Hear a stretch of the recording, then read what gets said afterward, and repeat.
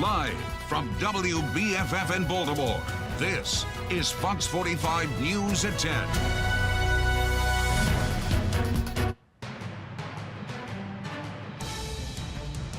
A seismic shift in the race for the White House as President Biden is no longer seeking re-election this fall.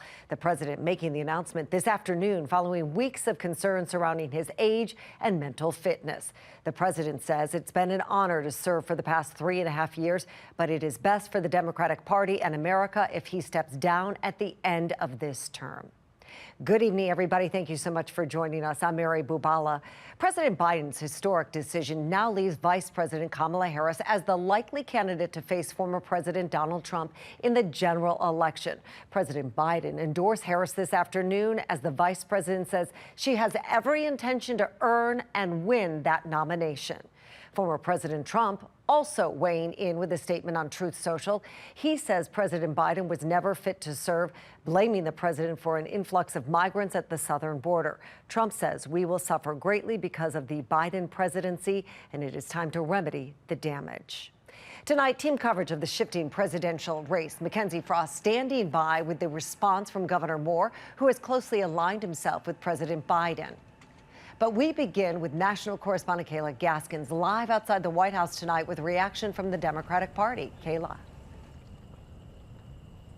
Well, Mary, in these past few hours since President Biden has stepped down from the top of the ticket, dozens of Democrats have already rallied around Kamala Harris, giving their endorsement. Some notable ones are Representative Jim Clyburn from South Carolina. He's a longtime Biden ally, as well as Pennsylvania Governor Josh Shapiro and California Governor Gavin Newsom. But, Mary, there's some notable prominent Democrats who have not come out and directly endorsed Kamala Harris. Those include former President Barack Obama, as well as the Senate Majority Leader Chuck Schumer and former House Speaker Nancy Pelosi.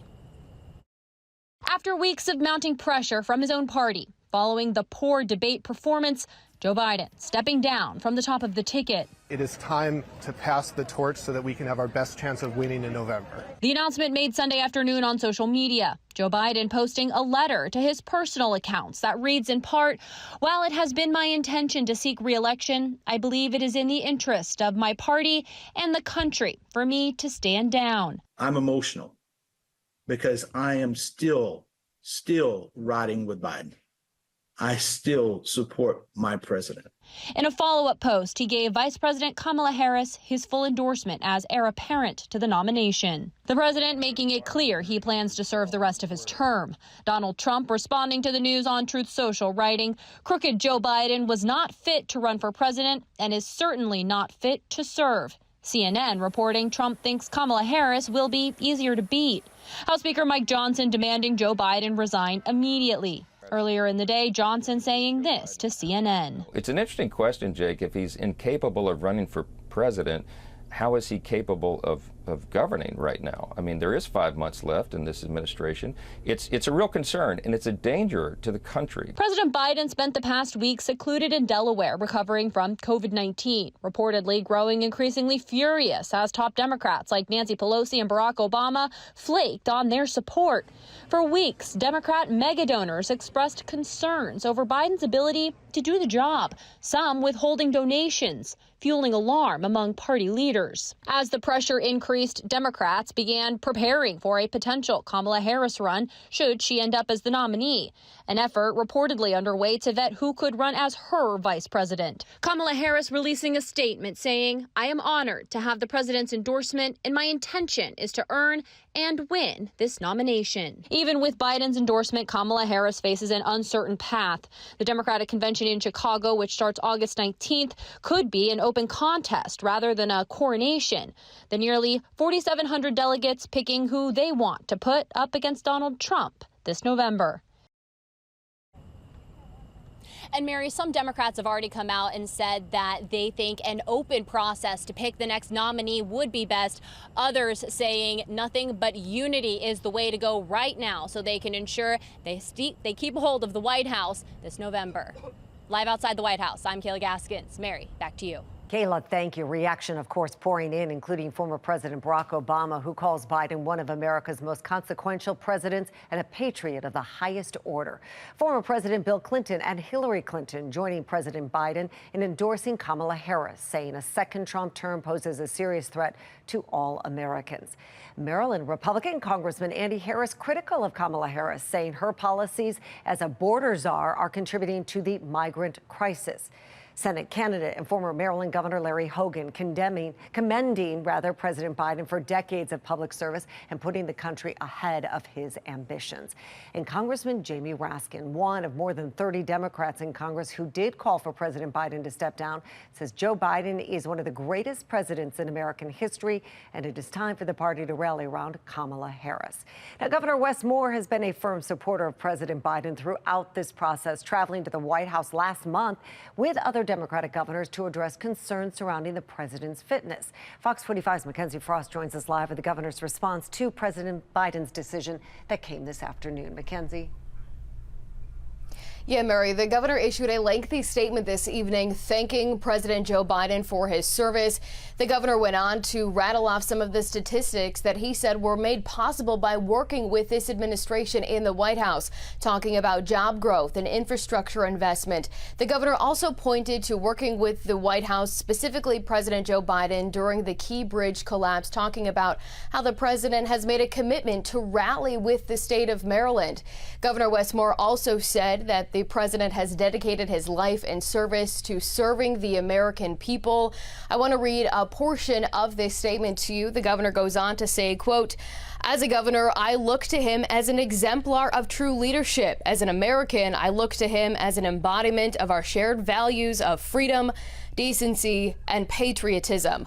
But notably, Mary, the statement did not endorse. We did not see an endorsement for the Vice President Kamala Harris as the potential nominee for the presidential Democratic ticket moving forward. However, I am told we could see an endorsement come from Governor Wes Moore for Harris as soon as tomorrow.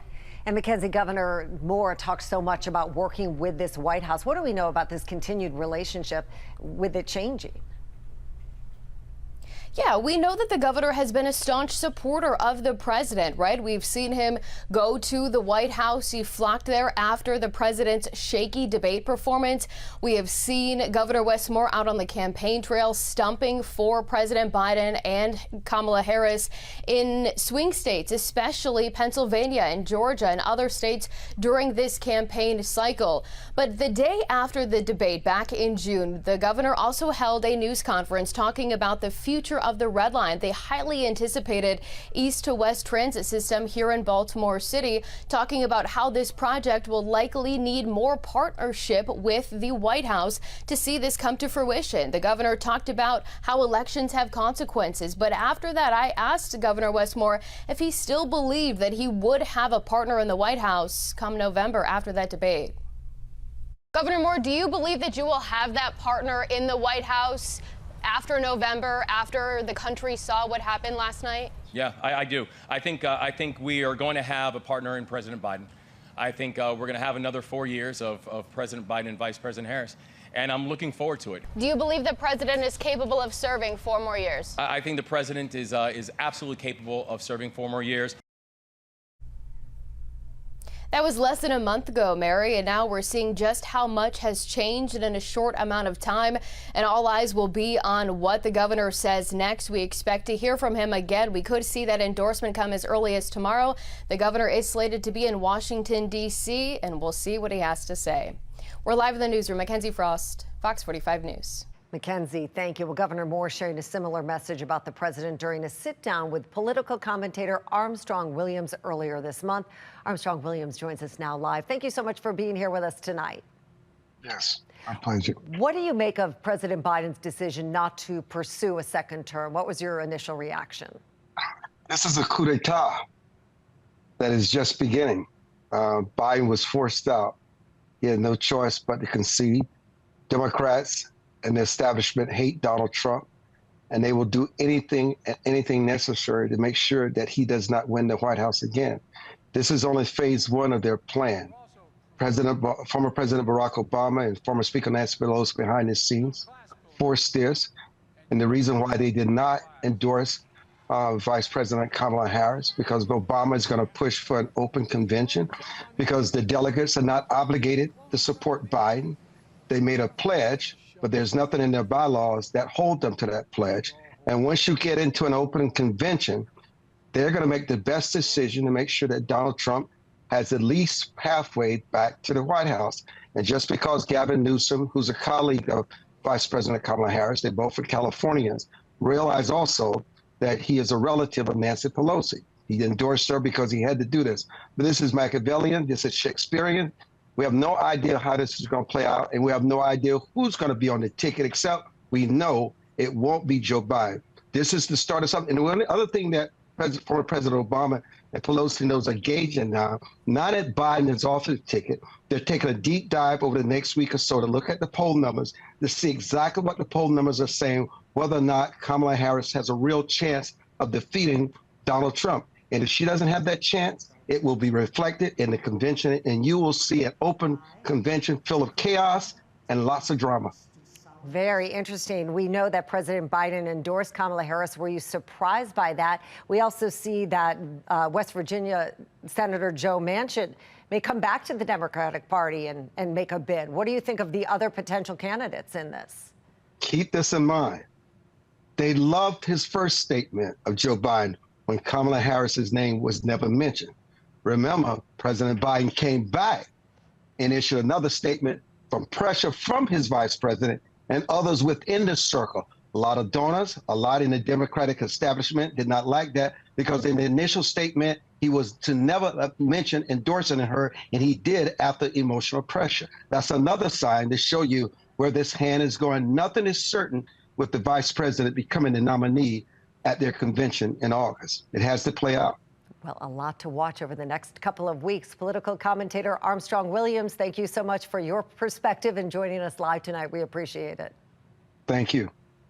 The Democratic National Convention is scheduled to begin August 19th in Chicago. The DNC says it was caught slightly off guard by the president's announcement today. Just this morning, state party chairs in 7 battleground states released a joint letter reaffirming their support for President Biden.